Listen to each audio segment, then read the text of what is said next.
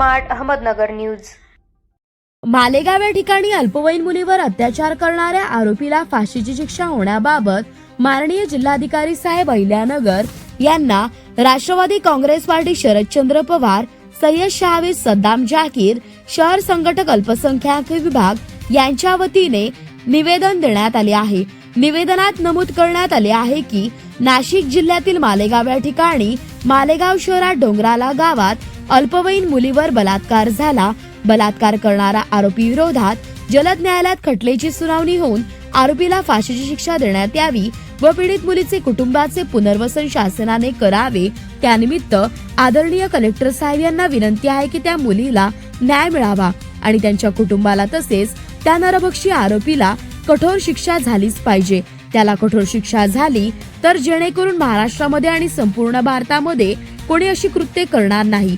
जेणेकरून महाराष्ट्रामध्ये किंवा भारतामध्ये कठोर शिक्षा झाली तर अशी परिस्थिती पुन्हा उभारणार नाही आणि आमची विनंती आहे की त्याला फाशीही झालीच पाहिजे।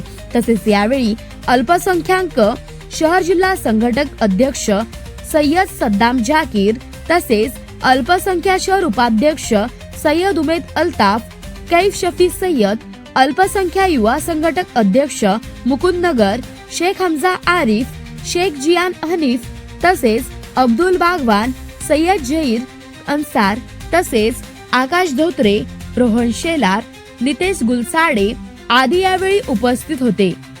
आज नगर शहरामध्ये जिल्हा अधिकारी साहेबांना मालेगावात प्रकरणामध्ये जे आरोपी आहे, मुख्य आरोपी, त्याला आज आम्ही फाशीची मागणी केलेली आहे।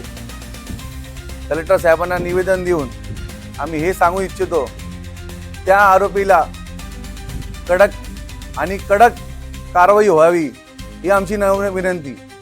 यंदाच्या काळामध्ये त्याला फाशी न झाली तर राष्ट्रवादी शरद पवार गटाच्या वतीने या नगर शहरामध्ये आंदोलन करण्यात येणार। अपने महाराष्ट्र में मालेगांव शहर में तो उन्हें नीच हरकत की है, तो हम कलेक्टर साहब को निवेदन देने आए थे। तो उसके ऊपर कड़क से कड़क कार्रवाई होना अपने माँ बेटे की हिफाजत हमें खुद करना चाहिए, क्योंकि सरकार चलाने वाले बे औलाद बेटे